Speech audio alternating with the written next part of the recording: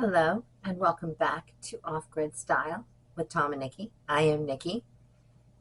Did you know that over 82% roughly of Americans live in urban environments?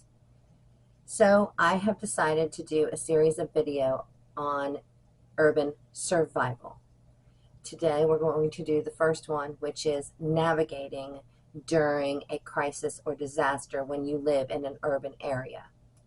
Dealing with this reality during a disaster or SHTF situation can be drastically different for people who live in cities and large towns than those that live in smaller, more rural areas. Today, we're covering navigation, as I said, during emergency or SHTF situations. So let's get started.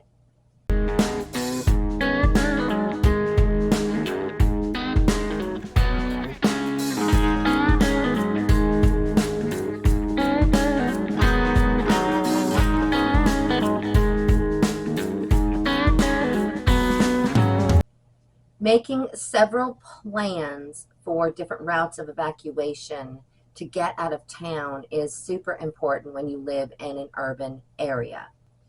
Consider that you may be needing to walk if the roads are impassable, either for a disaster or for a civil unrest situation.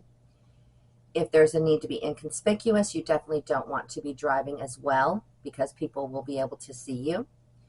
Look at highways, look at back roads, and get an idea of your area and look at maps to figure out what your potential plans could be. Have paper maps of your city, even if you have to print these off. Definitely need to have paper maps of your city. Keep these in your bug out bag. You need to learn how to use a compass. Practice using the compass in potential areas that you may be forced to travel through. So practice that now. Don't count on your phone apps, but do keep a solar charger in your bug out bag just in case you are able to have cell service. This is another good tip. Locate and know by heart various key landmarks and reference points in your planned evacuation routes. In other words, know your city. You may be walking, you may be driving, you may come upon a landmark or a reference point from a different angle based upon the fact of how you had to bug out. So take photos of your key landmarks and reference points on your phone, different times of day and at night, and study those photos from time to time just to familiarize yourself with what you would be looking for in that kind of situation. It allows you to quickly identify your location if you're in a different area and you're trying to find your way. It can give directions to other people if you need to, and having a good mental map will allow you to more quickly determine what your next steps will be. Dealing with blocked roads and obstacles. While planning your mental map, be sure to look for potential hazards that could impede your ability to get out. Example, areas with tall buildings in them, depending on what the SHTF situation is, those buildings could have collapsed. Or if there's a river nearby and the disaster is a storm or a huge flood, you may not be able to get out that way either. But also note that it's a potential water resource. Approach every new area carefully. Think about all the different situations you could find yourself in.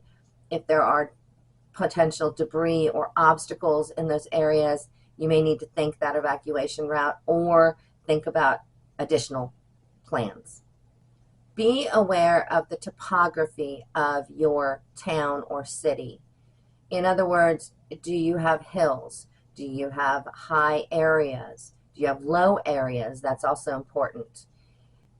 Elevated areas, which allow you to see much further and identify reference points and landmarks, also allow you to be seen. So keep that in mind. Water bodies. need to know where those are, as I said, both as a source and as a hazard.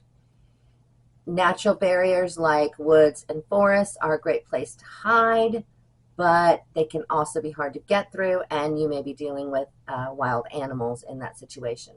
Cliffs, anything that it causes hanging that you might fall off of if you aren't realizing it's there. Maybe it's pitch black dark. Rock formations and thick hedges are all things that you should be aware of. When you are planning your different evacuation routes and creating that mental map, you need to consider whether you will be walking or in a vehicle, as I said before. Walking will allow you to be more agile and you can hide more easily, but you can't carry as much.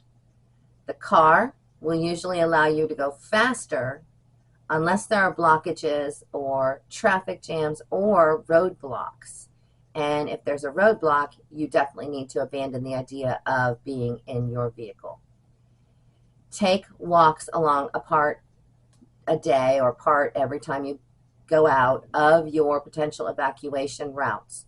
See what you notice about those routes from a walking perspective versus being in a vehicle. This will just allow you to act that much more quickly should an SHTF situation occur. That age-old question, should you stay or should you go now? Staying in a situation of SHTF or other disaster gives you familiarity with your surroundings and potential other people that are nearby that you can commune with and help each other out and support. Chances are you probably have at least a couple weeks of emergency food. It may not be stuff you necessarily want to eat on a regular basis, but hey, it's food, and at that point you're going to need it. You also have more security in your home. Generally, the inability to leave for roads, damaged, health issues in the family, those are also all reasons that you might decide to stay in an SHTF situation. But why leave? Maybe you're in imminent danger. Flood, fire, civil unrest, looting. Maybe there's a lack of communication locally. You can't find anything out, so getting away may allow you to get into an area that has, radios and news and those types of things. It'll also allow you to possibly get out into a more secure situation. If the situation is going to be a long-term one, then you definitely need to go. Also, living in a city or a very large town, you may already have one of these two items. If not, you may want to consider it. Having a bicycle, or a scooter. Scooters don't use a whole lot of gas. You can get a long way away on one of their tanks of gas. You have much more ability on the bike or the scooter to get around obstacles, but you can also get away from people because you do still have some speed. So definitely consider either of these options if you can afford either of these options. If you can't, then you've got a whole lot of other plans in your mind that you are already implementing. I hope you enjoyed the video. This, like I said, is the first in a series of urban survival videos because, like I said, almost 82% of you live in a large town or city in the United States.